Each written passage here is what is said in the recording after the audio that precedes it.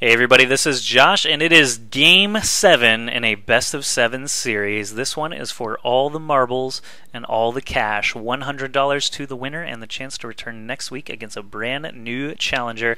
Team Dynamic.Attero is our reigning champion. He took a 3-0 lead in this series, and StarCraft has been fighting and scraping and clawing his way back with some excellent Infestor and Broodlord play, and now it's all going to be settled on Terminus SE. SE, of course, means that this third base does have destructible debris blocking it instead of just being totally like a peninsula on its own. But StarCraft, such a good job these last 3 games, staying in the game, fighting and scraping his way back, winning the key encounters, and now here we are at a Game 7, winning 3 straight. Both players won 3 straight to get to where we are at Game 7. So, the V takes place each and every week. It's hosted by Complexity Gaming, sponsored by Creative Sound Blaster, PNY, and QPadUSA.com. I'm Josh Suth, aka AskJoshy on Twitter, Facebook, and YouTube.com. Please check out all my stuff after the cast here, but Game 7, everything on the line. Attero going to scout the incorrect direction first, but so is StarCraft, because that's just sort of a natural pattern to scout. I fully expect to see Forge Fast Expand. Yep. Didn't even have to wait and see that one to happen. Forge Fast Expand on Terminus, pretty standard fare. The real question is, how fast is it going to take this third expansion with only 5 mineral patches and a Vespene Geyser? StarCraft has been taking a third expansion pretty quick this whole series, so we'll see if he takes the bait and goes for it. StarCraft went for that fast hatch. This is a huge enough map where you can actually risk it and get away with it some of the time, especially if you're cross-position. That's a great thing to do. Probes take long time to get over there anyway, even if you're at that close position. If Attero were on the left side spawn or right side spawn, it would still take that probe a long time to get over there, and StarCraft knew he could get up to 300 minerals and 15 supply before the probe was able to block. However, if Attero banked everything and just tried to gun it over there, he still would have been able to block it. So still a little bit risky, but not as risky. Pylons going up here. This scouting drone actually taking some damage already. If this fight continues, Attero will win the fight. I'm not sure why he backed off there, because now the drone actually requires 2 more hits. Attero could have finished off that drone. Now he's going to have to flee for his life. The shield is regenerating now, though, and at a faster rate, actually, than the drone regenerates, so he could actually go in there again and try to attack, but he wants to finish his wall off. He doesn't want to get too distracted by a single drone just flapping around inside of his main. Here we go, Assimilator coming up for Attero. This Forge Fast Expand is in full swing. Gateway already coming up now. Nexus already coming up as well. The hatch first means that StarCraft is going to be a little bit slow on any mass Zergling attacks or anything like that. He actually doesn't have any extractors yet at all. He's going a gasless build to start off. We'll see how long it takes him to actually build an extractor. Is he going to go for fast spine crawlers? Perhaps he thinks Attero is going to go 6-gate on this map. It can be unexpected. Blinkstalkers are very good on this map. Oh, StarCraft is going to go for the fast double expand. There we go. At only 27 supply, that hatchery goes down there at the third base. I already showed you that destructible debris means that there are 2 openings into the third base area. There's the ramp from the natural, and this destructible debris should park that Overlord over the top of it, just so he knows if it's under attack. 6-gate actually looking likely here with that second gateway finishing up this wall off outside the natural. And Harvester count should be in Attero's favor. Yes, only by 1 right now, but the 2 Chrono Boosts on 2 Nexuses, you usually see Protoss gaining a little bit of advantage, at least until that macro hatch or these larva injects start to take their toll. 4 drones coming up now. Yep, there we go, and we'll see that shift in the Harvester count as those drones pop out, but he is building some assimilators now, finally getting gas at about 5 minutes 47 seconds. 1 Zergling hanging out outside the natural. There's a drone still inside Attero's main. He could actually build a proxy hatchery and make me laugh really hard if StarCraft tried to do something that risky in a Game 7 and won somehow. That would just be amazing. But I don't think StarCraft is going to be that risky. He's just going to leave that drone there, get some additional scouting information maybe a minute or 2 later on. And yeah, that'd be really cool if he could do that. But yeah, not a whole lot else happening. Attero is actually going to go for a quick third expansion as well, dropping a pylon. By that smoke, he could actually drop it like right here and have better vision, because you still won't see through the smoke. Anyway, Attero, I thought he was going to drop a Nexus there and didn't do it. Back up here, what's going on? We got some additional tech. Evolution Chamber, gonna allow him to get some upgrades rolling. +1 melee attack seems to be the upgrade of choice for OsToJiY. A single Zealot running around here for Attero. Stops by the Xel'Naga Tower to see what's up. Ooh, Attero sending a probe over here and building 4 more gateways, I see. 4 more gateways. That is the full-on 6 gate that we were talking about. Attero could drop a pylon right here and be very close to OsToJiY's natural, well, maybe not very close, but obviously much closer than his own main. All this warping shenanigans could pay off for him. So there's that first pylon. He could build another one here between these minerals. He could build another one here and warp in on the high ground. Once he gets up there, he could build another one here and warp in on the low ground. All sorts of possibilities here for 6 gate on this map. Looks like a Zergling somehow got in the base. Maybe ran in the side here. The sentry is not able to get in. Oh, that must have been the drone. Yep, that was the drone that was already inside the base getting picked off by those units there. And now we have to see if OsToJiY saw the 6 gate actually. Yes, he certainly did with that drone. He saw all of it. He saw all the things. So now a Roach Warren is being created. A hive is, a lair is being completed. There's a spine crawler being dropped at the front. OsToJiY went for a greedy 2 expand, but Attero's doing the same sort of thing, so he really can't be too far behind. Here we have a big warp in of Zealots. Last time we saw Attero attack with just 6 Zealots. He did manage to kill a queen and a 3rd base, so he's going to try and go for that. Again, there's a lot of speedlings here for OsToJiY. This could be very difficult. Oh, is he going to go for a full-on counterattack? That would just be interesting. That would just be ill-advised, actually. He's looking for that pylon. Now he's clicking up onto that high ground, so he knows the warp-in is occurring near his base. 5 roaches against 5 zealots. I don't need to tell you how this is going to end. These 5 zealots are going to walk right into their death and not actually score any kills. They're going to be surrounded by the drones. He's not even on a move. He's just clicked on that drone. Might kill one. Kills 1 drone for 5 zealots. Too bad, so sad, and loses the warp-in pylon. OsToJiY on top of his game right now.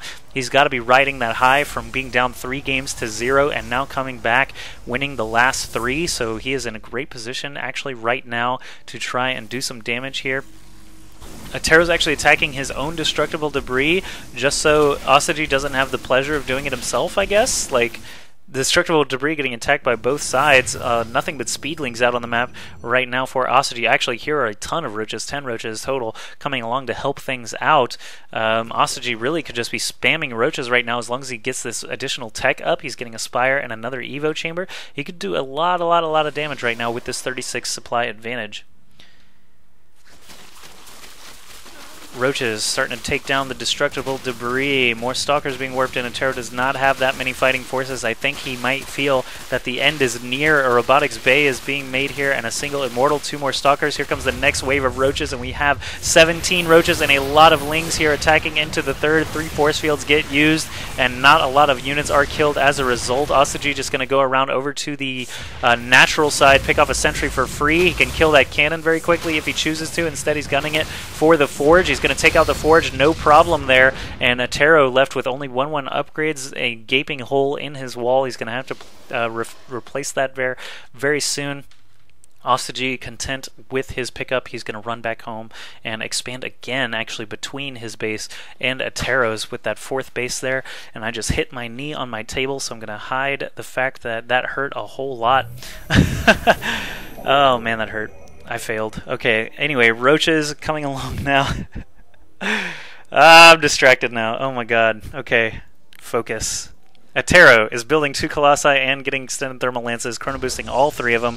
Not sure if it's going to get out in time. The Spire's done now, Mutalisks are on the way, and any Corruptors that come out are going to make the Colossi basically worthless. So OsToJiY with tons of money, just a little bit gas block, needs to put up some more extractors perhaps. No, he's actually got all his extractors, so not a whole lot he can do except take these 2 and keep that gas count rolling in. Observer from Attero is going to spot these infestors, roaches, and speedlings here in the middle. Back over inside the main, not a whole lot happening. 2 Colossi going to pop out, but again, with those mutas and corruptors being created, actually no corruptors yet, I'm surprised, but Mutalisks alone can take out Colossi. It just takes a little bit longer. Muta's going to come in here and get some free probe kills because there's no anti-air here for Attero. All the probes are going to die. 3 Stalkers and a Sentry warped in are going to repel the Mutalisk, but they've already scored 3 or 4 probe kills pretty easily. They're going to run on over to the natural, keep those Stalkers and Sentries chasing. 2 more warp-ins there. More Stalkers going to try and do their best against these Mutas, but they're going to snag a couple more probe kills before running away. 3 probe kills, 4 probe kills. Maybe a 5th. Will he stop attack? Nope, he's going to run right back into the main, but the Stalkers will be waiting. Still 6 Mutalisks intact, so definitely a good exchange there for AskJoshy. Is he going to be able to escape with all of them? Yes, he does. Good job there by AskJoshy, and Attero warped in a lot of Stalkers to be able to deal with that, but he does have 4 Colossi and an Immortal and a bunch of Sentries. Ooh, 2 Immortals. Attero's army is not quite as small as I thought. He's been doing quite well replenishing there. Ground weapons level 2 and Blink all finished. Actually, weapons level 2 still researching, but Blink is finished. That's certainly going to help against those Mutalisks. Corruptors are being produced now 3 at a time. 10 more Roaches. Not going to be able to stand up too well against those Stalkers and Immortals, especially with the Sentries helping out with Force Fields and Guardian Shield. Looks like he blew a Guardian Shield a little bit early there, but that's okay. He's going to try and take out this base, and little does he know that there are 2 more on the left side of the map that he has not accounted for yet, so he's probably going to feel pretty good about killing that hatch, but doesn't know that there are 2 others being formed. Big force fields all over the place, pinning out a lot of those units. A couple of fungal growths did drop from those infestors. Muta's not really doing too much damage there. Attero's army still very, very much intact. He's going to drop a pylon up here near his army. He's got 6 gateways still warping things in. Going to have to run those Stalkers the long, long distance. Hope that he doesn't engage until those Stalkers get there. He's going to need them. Infestor gets fried very quickly, but did a lot of damage to those shields on the Stalker. He's going to continue moving through. Another big round of force fields. No Guardian Shield left, though, and the fungal growth is definitely taking its toll now on the Corruptor, or on the Colossi and the Stalkers. Oh my goodness, these Colossi are ripping through everything, though, and the Stalker reinforcements show up. The pylon finished. 1 Colossus does go down. There are 4 Corruptors doing a ton of damage to the Colossi. He backs off with 2 Colossi still intact, and Attero is still rolling through here. I can't believe this. He looked in such bad shape a moment ago, but now he is just plowing through. Guardian Shield goes up. No more force fields really left. Fungal growth gets dropped again. It's going to be very risky coming in from here as these Roaches are all spawning at different times. Of course, he should just continue on that attack move as long as he doesn't let the Roaches all bunch up. Here we have 8 Corruptors. They are going to be able to take out those Colossi incredibly quickly, so now it's just Stalkers against Roaches at this point. If he doesn't waste any shots on those Corruptors, he could be in good shape. You can see the green gas on all of these Stalkers, making them take extra damage, but Attero replenishes again with those Blink Stalkers, keeping them all in one big ball. There's an Immortal here with 15 kills against all those Roaches and Speedlings. He's having the time of his life, just blasting away with those crazy little pivoting arms that he's got, and these Stalkers are all still intact. AskJoshy just making Speedlings at this point, but if he feeds them in one at a time like this, he's certainly going to lose them without getting too much killed off there, and AskJoshy looking in very, very bad shape. Attero does another big round of warp-ins, 4 more Stalkers showing up. There's a transfusion, but those 2 bases on the left side are actually keeping AskJoshy in this game as they continue to flank little by little. Don't see any more Colossi in the production tab. He's saving all his money for those warp-ins. AskJoshy actually does have a supply advantage. Big force field on the ramp there. Oh my goodness, that's going to allow him to kill so many more units without being attacked from the backside. If he can drop 1 more, he doesn't even need to. There's the GG, and Attero will be our champion for the V Week 27. That's the 3rd week in a row. Oh my goodness, Attero, I cannot believe that you won that game after sacking those 5 Zealots and losing your Forge so quickly there. Just great comeback there by Attero. Force Field saving the day. Excellent Blinks, keeping his Colossi alive as long as he can. And actually, I'm curious, is that Immortal still in the mix? No, he isn't, but he had a ton of kills. Very, very valuable Immortal there. And that's it for the V Week 27. Thank you very much for watching, everyone. And the VODs will show up on youtube.com/ComplexityInsider. That's all for me. I'm Josh South, a.k.a. AskJoshy, on Twitter, Facebook, and YouTube.com. I do hope you'll check out my other stuff, and thanks very, very much for watching. Despite Twitch TV's problems, we did get over 1,000 viewers there by the final. Thank you so much for watching. Please follow Complexity here on Twitch.tv if you haven't already. I'll see you guys next week. Goodbye.